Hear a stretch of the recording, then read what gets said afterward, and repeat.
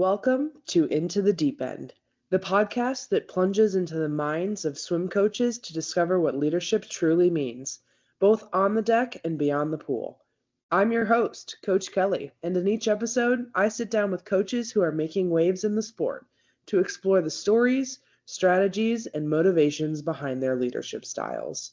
Today, we're diving into a Chelladurai multidimensional model of leadership. This is a fancy way of saying that great coaching is all about balance. The model looks at how a coach's behavior, what the athletes want from their coach, and what they actually see from their coach all come together to shape the perfect performance and satisfaction.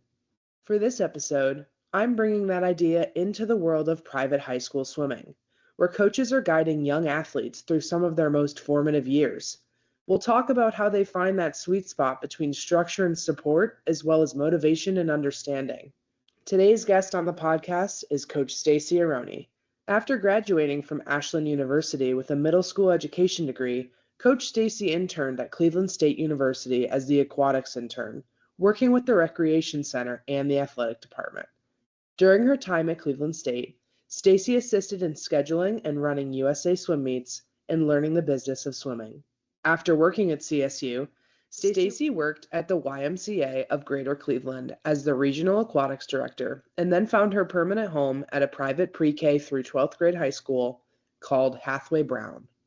Stacey spent 4 years as the athletic director and physical education at HB and has recently returned to the pool with the growth of the bronze medal earning USA club team, the Blazing Barracuda Aquatics, and success of the middle school and high school programs, yielding another IPSL championship and a three-peat of the OHSAA Division II state championships. Stacey currently begins her 15th year at Hathaway Browns. In her HB career, she has taught swimming with physical education classes from early childhood through 7th grades, was the head coach for the HB middle school swim team, and has served as the varsity assistant coach while strategically shaping HB's aquatic program as its athletic and aquatic director. Stacey is an American Swim Coaches Association Level 2 coach and Level 1 disability coach who has coached for French Creek Marlins, CLE Swim, and Lake Erie Silver Dolphins in the past. She is also an American Red Cross instructor trainer, training lifeguards, swim instructors, babysitters, and for CPR courses. She also holds a Master's of Science in Exercise Science and Coaching and a Master of Arts in Athletic Administration and Coaching. Funny enough, Coach Stacey is actually how I was able to wiggle my way back into the coaching world. After I graduated, I moved back home to Cleveland after going to St. Louis University in Missouri for my undergrad. I was actually at Hathaway Browns for a swim meet. I coached the 12 and unders on my old club team that one of our other podcast guests, Vince Cowell, is the head coach of. Stacey stopped me on deck and asked me if I had moved back to Cleveland indefinitely. She asked me if I was interested in being an assistant coach for the varsity high school team. With Hathaway Browns being an all-girls school, they were hoping to onboard at least one female coach. I really hated my job at the time, funny enough, and swimming opened my schedule to be able to work and go to school pretty easily. I am super thankful to have been working very closely with Stacey for the last year and a half now, and I'm super excited to be able to introduce you guys to her as well as we go into the deep end.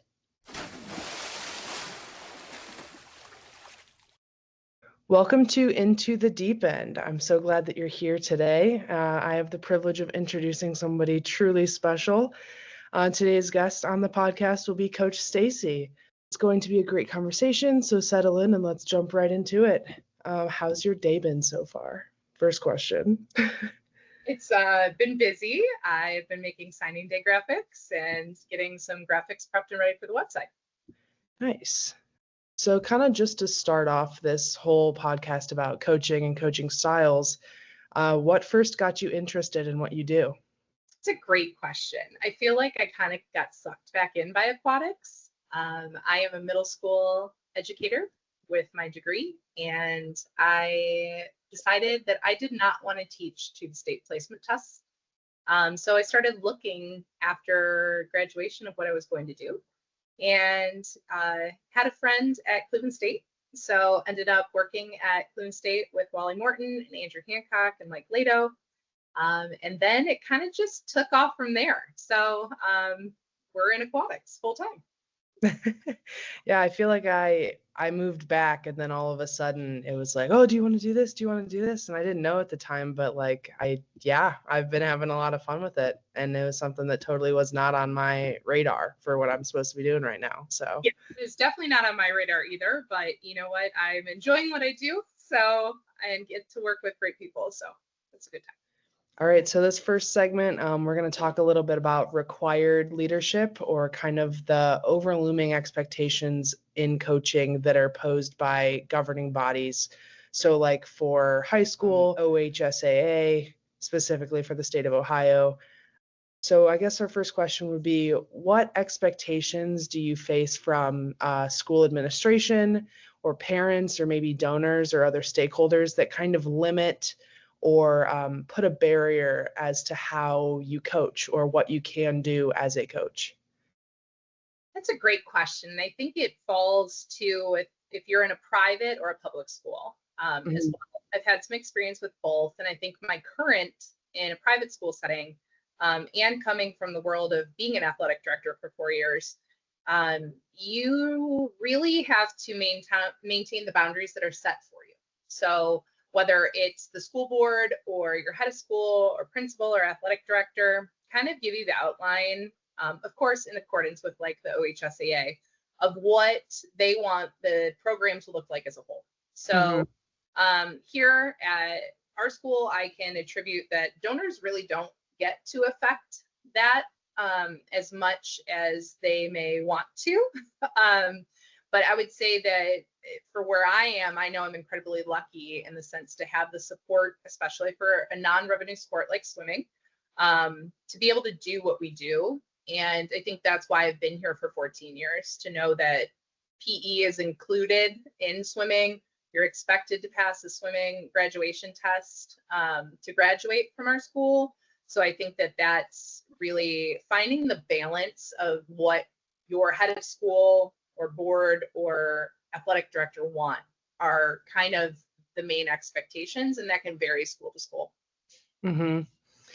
Would you say that there are any challenges specifically at the high school level that affect how you lead, or like anything that would be in place that could put, I don't know, maybe just an adjustment on your actual coaching style? I think a lot of it has to do with OHSAA guidelines. I would say arguably our school hires almost the same type of coach, personality wise and skill wise. But with the OHSAA and the private school setting, we have to be so careful in how I hate using the word recruit because it's like the dirty word in private school, but I have to make sure that my T's are crossed, my I's are dotted every time that I'm dealing with a child that's considered a prospective athlete. And I think at sometimes that can be a hindrance to those children. And you kind of have to let them cross the bridge to get there. So I think that for me in this current setting, that's a huge challenge, because I can't just have a casual conversation if I have a relationship with that swimmer. So I think that that's where, the OHSAA guidelines kind of take over everything.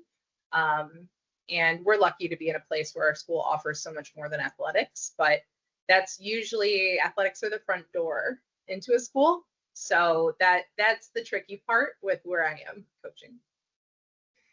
I feel like also, specifically just because we're working with younger athletes or minor athletes, OHSAA has done a good job of putting like safe sport and, coaching mandatory requirements of courses that we need to take to be able to, I guess, gain access to being around these athletes. Yeah, I would say the addition of the mental health course has been is a huge part in that. So yeah, I was very pleasantly surprised when the mental health course was something that was required now, at least on the coaching side of things. As coming from someone who's at the end of the Bobby Knight coaching era, yes, I think. All right, so moving into our second segment here, talking about our actual coaching leadership styles. how would you describe your default leadership style? I have a really hard time with this one because I think my leadership style is very much situational. Mm-hmm. Um, I think in my time coaching and doing this and working with athletes, as long as I have, I know there's a time and place for each version of that leadership, and I know which battles to pick at this point. Um, Athletics right now with youth sports is changing.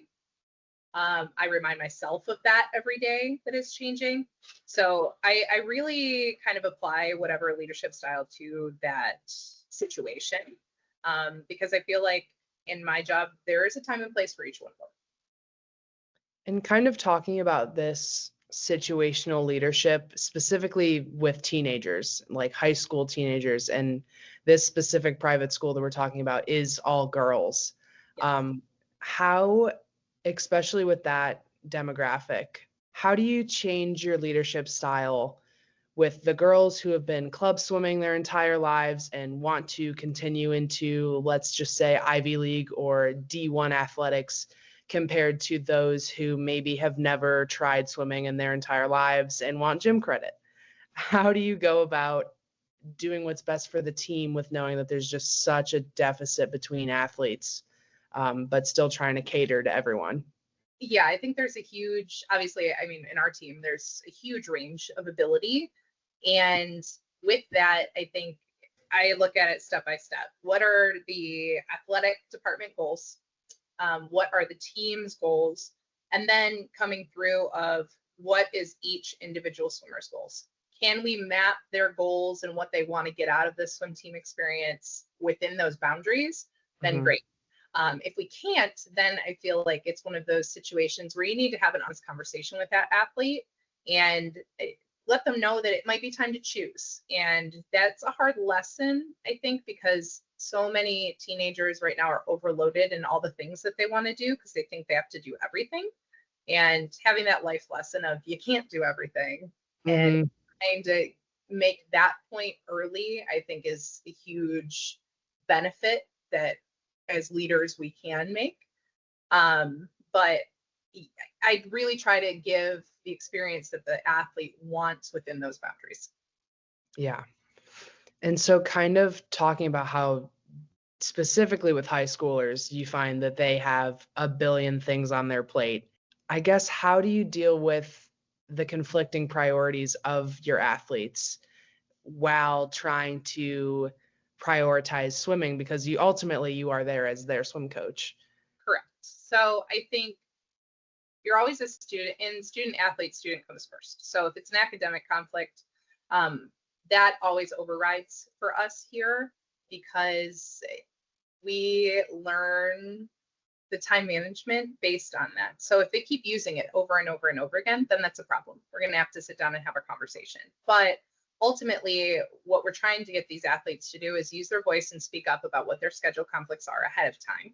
Mm-hmm. Um, Getting them to kind of practice that self-management and what they can do and how to talk to an adult about something that might be a little uncomfortable. And starting there, I think, is huge.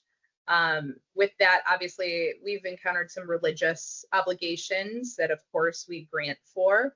But once we start getting into a problem of, they're missing consistently over and over, and it seems like for trivial things, that's when I think we have the conversation with that athlete to say, listen, you're not holding up your end of the bargain on this to Mm-hmm. meet goals or really the school's goals for the program. So kind of piggybacking off of that, how do you inspire swimmers to go beyond just showing up for practice, just doing what is absolutely required through them? Or kind of, can you think of a time where you've led differently in that situational leadership during a tough practice or maybe like a mid-season slump? I think a lot of it falls back on the relationship that you have with that swimmer and kind of knowing where they are when they walk in every day. It's pretty obvious, I think, working in an all girls school, that if a kid is plopped in my office crying, it's Yeah. probably not going to be a great day. Okay. So, but kind of knowing where that athlete falls and having that trust factor with them, I think is the biggest version. And when they're in a slump, they're in that mind frame, like that they can't do it. They don't want to do it. Everything's a problem. Relying on your relationship with them, to me, is where I can have an honest conversation with them, or I can say, listen, I just need you to be consistent right now and trust where this is going. I think the relationship with those athletes is really kind of what pulls you through.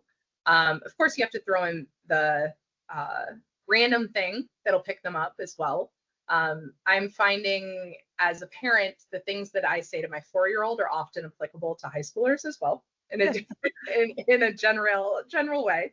But throwing something fun in for them to do. I think over winter break practices, once upon a time we were, this was pre-COVID when a lot of things were different, was that during one of the dry lands, we literally went in the gym, grabbed scooters. I made them wear baseball helmets, full masks, and we played live in-person Mario Kart where they got to like peg each other with stuff.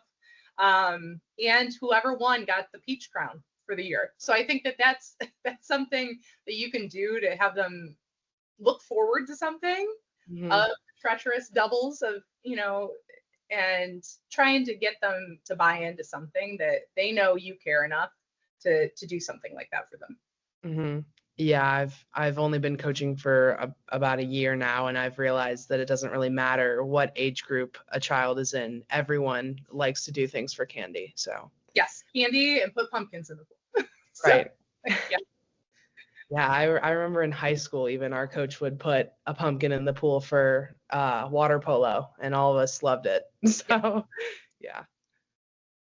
This is kind of leading into our last section before our wrap up. This is segment 3, talking about our preferred leadership. Do you find that high schoolers even know what kind of leadership they want? I think yes and no. You have an athlete that wants to be respected, wants some sort of relationship with this coach, wants to feel like on the emotional side that they have that coach's support. However, you're still talking about a teenager that doesn't have a frontal lobe yet and needs some leading and guidance on what is appropriate. So I think that you have an opportunity to help shape what the athlete does and how they view themselves, and that they can be more than their sport. Because so many athletes, I think, especially in swimming, that are one sport athletes, something happens to them and they're injured. That's all they really know their identity as. So helping them understand that it's more than that. And I think ultimately everybody needs a person. So, you need the one adult in your life that, whether it's in your house or at school, or that you can go to and know that whatever you're saying, there is no judgment there, and you can just kind of let it all go and know that you can then get in and practice and know that person knows what you're going through, I think is important. So I will tell you, high schoolers know, they can smell a fake from a mile away. So if you're not a genuine person, then they're going to know it, and they're going to call you out on it and or make life difficult. So I think that's the summary of a high schooler for me, at least, is that yes, they know what they want, but no, at the same time they don't, because they only know what they know. Right. Yeah, that's kind of difficult with that age group, I've found. They may think that they know what they want, but they don't actually know what they want. But then if you say something that they don't think that they want, they will not do it, even though it might help them. It's very tricky there. So do your swimmers openly communicate their needs and preferences when it comes to coaching, or are they more kind of complain about it while it's happening? I would say I think it depends on the athlete. I would say probably your higher level athletes, I've seen both, right? You have the one that just complains all the time about everything in real time, and then you have the one that just kind of sucks it up and does it. I think it probably depends on too what your family life is like, how you've been raised. I mean, as much as I in my like high school and collegiate career hated some of the things that my coach did, I would have never said anything about it. My parents were like, you should coach, deal with it. Like, or don't participate kind of thing. So I think it's also the new age of an athlete too. I would say probably there's a lot more openness and Yeah. communication, I think, which for some older coaches is difficult, where they view it as complaining when they're actually bringing up a pretty good point. It's So, complaining versus autonomy.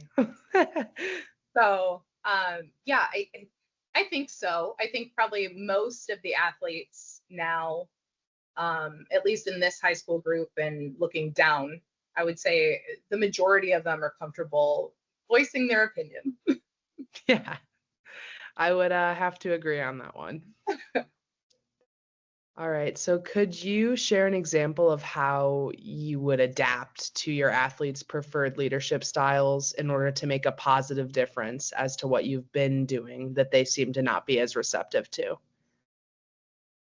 Sure. I think, I'll go back to the one example of Mario Kart that we used to do for Dryland. But then I think also it's really kind of picking the battle that you have, right? Like if I want to get this test set done and we're not in a place to do it, I'm probably going to move it, because I don't want it to be a punishment.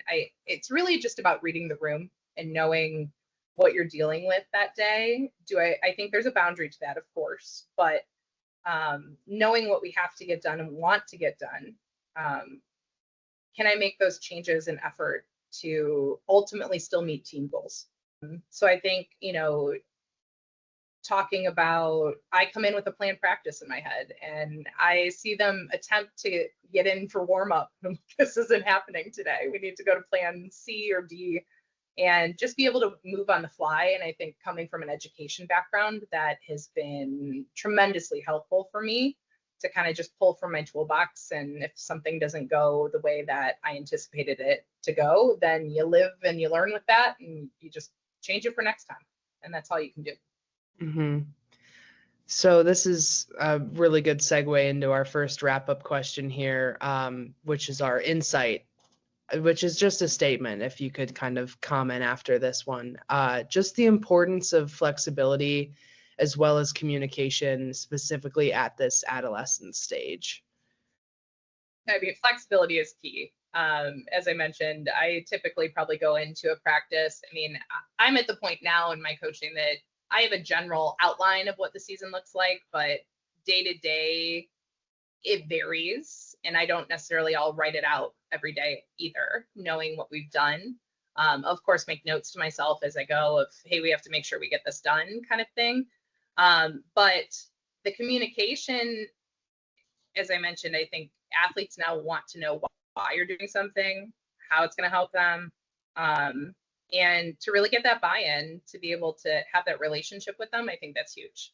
The more upfront you are with them, again, they know that you're not a fake and that you care about what you're doing and they can see your passion for it. Usually leads to better relationships with those athletes. What do you think would be harder to balance? What's required of you or what your athletes prefer? Oh, it's definitely what's required of me. And I think things are changing so rapidly, especially at the high school level, that, the OHSAA has recently been sued for NIL, that we're talking about having to deal with NIL at the high school level. It's huge. So I think, there's so many different things and how the scope of high school athletics have changed, and the expectations of what a high school coach should be doing has also changed. And then you also have to deal with the school politics of it. You have a family that thinks they have pull, and well, do you? So it's one of those things where you really have to rely on the support within the building to know kind of where your guidance is, and again, which battles you should fight and which ones you just let go. Mm-hmm. And that OHSAA, I cannot believe, has finally decided to take on the backstroke wedges in competition. That was insane to hear, because I feel like all those records, now I'm thinking back and I'm like, that's an extra second that could just disappear. But that's also the evolution of swimming, right, too? So, I mean, it's also just the transition and how things are changing. And, you know, are we really going to say that we're not going to let them use a backstroke wedge when that might yield the best opportunity for the swimmers in the state? So I get it. It's kind of like the old, tech suit situation where you had the full body tech suits and now you don't. But it's trying to find the balance of what's best for not only the athletes, but the sport. Right. Yeah, I think I'm just a little bitter because I really would have loved to use a backstroke wedge. All right. So, how do you know when your leadership approach is really working and when you need to completely turn around and do something different with specifically this adolescent level? I think it really just falls back to that relationship. You know, I have swimmers that are in college that will text me and say, "Hey, can I talk to you later?" Calling and complaining about their coach or I don't know what to do about this. How do I handle this? So I think having that connection with athletes to know that you've made an impact with them, that they feel like they can trust you for honest feedback, and knowing that they know me well enough to know that I'm not going to tell them something just because they want to hear it. So I'll have athletes like, "Am I wrong?" I'd be like, "Yeah, you're wrong." Like, okay. I just needed to, I needed to hear it, kind of thing. So I think, that falling back with that relationship is really kind of how I know it's working. When I have athletes that, see it, own it, they do something about it when they see something, or they say something when something's not right. I think that kind of shows the culture that's been created and how you know that your leadership's having an effect on them.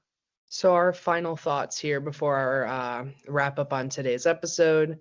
What does leadership at this level teach you about effective coaching? I think it falls into where you look at the general scope of where sports are going. And you have to be willing to change as a coach and be willing to go outside of what your comfort level is as a coach in order to meet athletes where they are and move them forward with whatever sport they're doing. So I think it's really just, you can't just do the same old thing every time. Professional development is important. And if you don't know something, you need to find somebody that can help you. Having connections with school counselors, principals, things like that, where you can be like, "Hey, what's going on? Like, is there something going on in the classroom with this too?" I think is important, because then again, it helps with that relationship and that connectivity with the athlete. As we wrap up today's episode, one thing stands out. Coaching adolescents is all about flexibility, communication, and truly understanding your athletes. The best leaders adapt to each swimmer's needs, balance structure with autonomy, and help guide both skill development and personal growth. When required, actual and preferred behaviors align, trust, motivation, and team cohesion rise, creating a group that thrives both in and out of the pool. Leadership at this level teaches us that effective coaching isn't just about times or scores. It's about inspiring, mentoring, and building people up. So whether you're a coach, an athlete, or just someone trying to make a difference, stay adaptable, and remember, the ripples you make in your team can turn out to be waves of success. All right. Well, that will be our wrap on today's deep dive. Huge thanks to Coach Stacey for joining us and sharing her highlights as well as stories and passion for our sport. Whether you're chasing a personal best or just learning how to float, I hope this conversation inspired you to push a little further. If you want to follow Coach Stacey or learn more about her work, where can our listeners find you? They can check out blazingbarracudas.org and check out our club site, and also follow us on Instagram. All right. So until next time, we'll see you on Into the Deep End.